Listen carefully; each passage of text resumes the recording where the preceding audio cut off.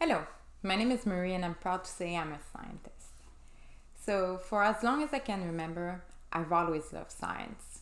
I was a little kid in grade school and I was the one with the hand going up and asking, but what about this? So, and in particular, I love biology and chemistry. So when it was time for me to go and pick a college major, I picked biochemistry because it was the merger of the two. Biochemistry is the science of the molecules that form the biological organism. So you're thinking about proteins, sugars, DNA and RNA, lipids. So they're the building blocks of everything that's living on this planet. So after college, I decided to keep with grad school and I went for a master's in neuroscience. I couldn't pick something that was more complicated, and I think that's why I went in neuroscience because the nervous system is so complex. It's so interesting, fascinating, and complicated by the different types of neurons and the different types of system and cells and so I had a great time, but when it was time for me to decide what I wanted to do next, I was also becoming increasingly concerned with the effect of chemicals that are present everywhere, and in particular pesticides, on human health. So I decided to do a PhD in public health. I studied in particular the effect of insecticides on humans. So insecticides are interesting because they target the insect, but most of their molecular target are actually from the nervous system. So by doing so, it really allowed me to leverage what I learned in biochem and what I learned in neuroscience and apply it to a brand new field. And that's kind of what the field of toxicology is.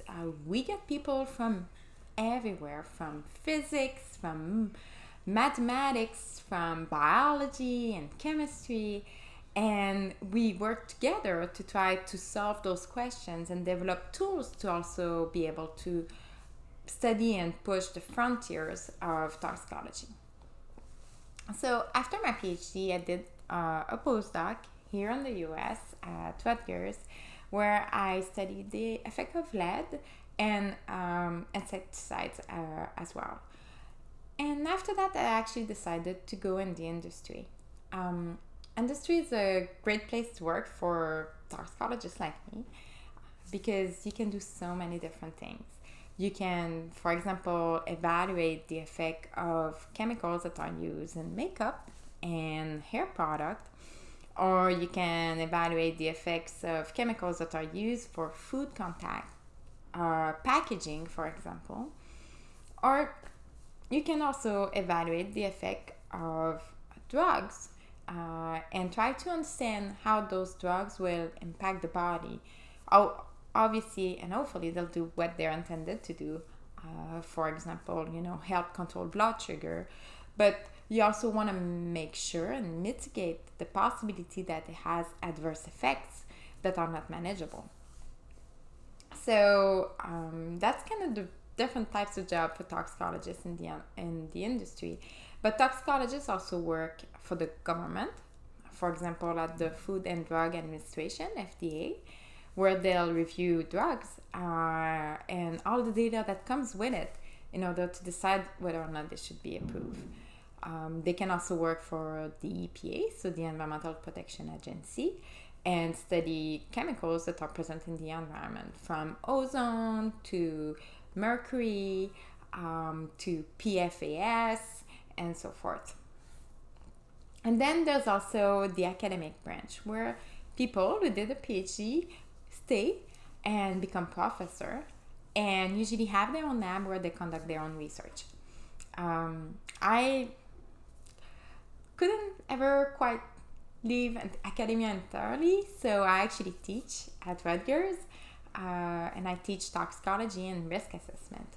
Risk assessment is an aspect of toxicology where we evaluate the risk that are associated with an exposure to a particular chemical. So this is about what I wanted to say today regarding my career and toxicology in particular. And I'd like to finish with I guess my if then. So I think that if we empower women to pursue an education, then they will rise above their circumstances. I know that's what happened to me. Thank you.